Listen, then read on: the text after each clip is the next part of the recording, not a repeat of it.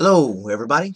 Welcome back to Average Joe Sports, the Game 4 edition of the Stanley Cup playoffs. But before we get started, I got to thank my buddy Val this year. She went to one of the Stanley Cup playoff games in Phoenix. So she got me this wonderful Phoenix Coyote Stanley Cup playoff puck. I was going to say thingy, but it's a puck. So thank you for that. Also, from last year's Stanley Cup Finals, she got me the Game 4 edition of the Stanley Cup Finals hockey puck as well. So got a couple new tchotchkes. They're actually up above my computer. But yeah, I always like these things. They're very, very cool. And yeah. So anyway, Game 4 of this year's Stanley Cup playoffs. As I said yesterday, I didn't think that the LA Kings were going to win this game. Just basically because it's always rough when you get into a Game 4 and Lord Stanley's in the house. That, and I never feel that a finals that has a series of 7 games should never really end in a sweep. It just kind of defeats the purpose in my personal opinion. But again, that's another story for another time. But watching all 3 periods of the game, quite frankly, the Kings came out real flat. I mean, I'm not sure if it was just jitters or if it was just a presumed arrogance that we're going to win, therefore why bother putting in the effort. I just didn't feel like they were going to, I didn't feel like they were going forward and trying to win.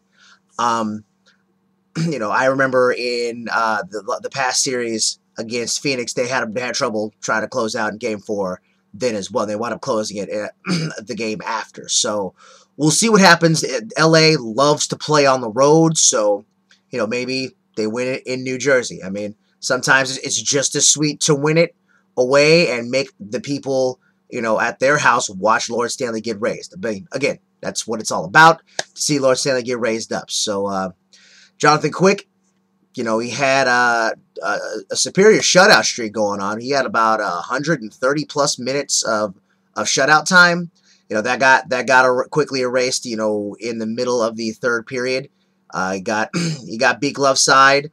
Not glove side, but pad side, if I remember correctly. And then the Kings came back very, very quickly with a nice power play goal, basically, for boarding, and just shot straight through the 5-hole of Mr. Marty Brodeur. So that, again, they came up with a very, very clutch shot, but it just wasn't enough. I felt once the Devils got that first goal, the momentum was completely and totally on their side, on their side of the ice. So, again, that's what happens when you come out flat. When you're going into a game where you're expecting to win, that's when bad things happen to you.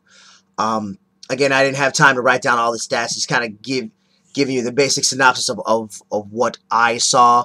Overall, the Kings did play a good game, but at the end of the day, it was the New Jersey Devils who wanted it more. Here's to hoping that this weekend the Kings can shake that loss off and don't tighten up too much. Lord Stanley will be in the house in the next game, and actually for every game from here on out, Lord Stanley's going to be in the house. So that's just an extra pressure that you're going to have to deal with. So here's the hope that the Kings can pull it out. That's it for Average Joe Sports, Stanley Cup edition. Peace out. Lovely.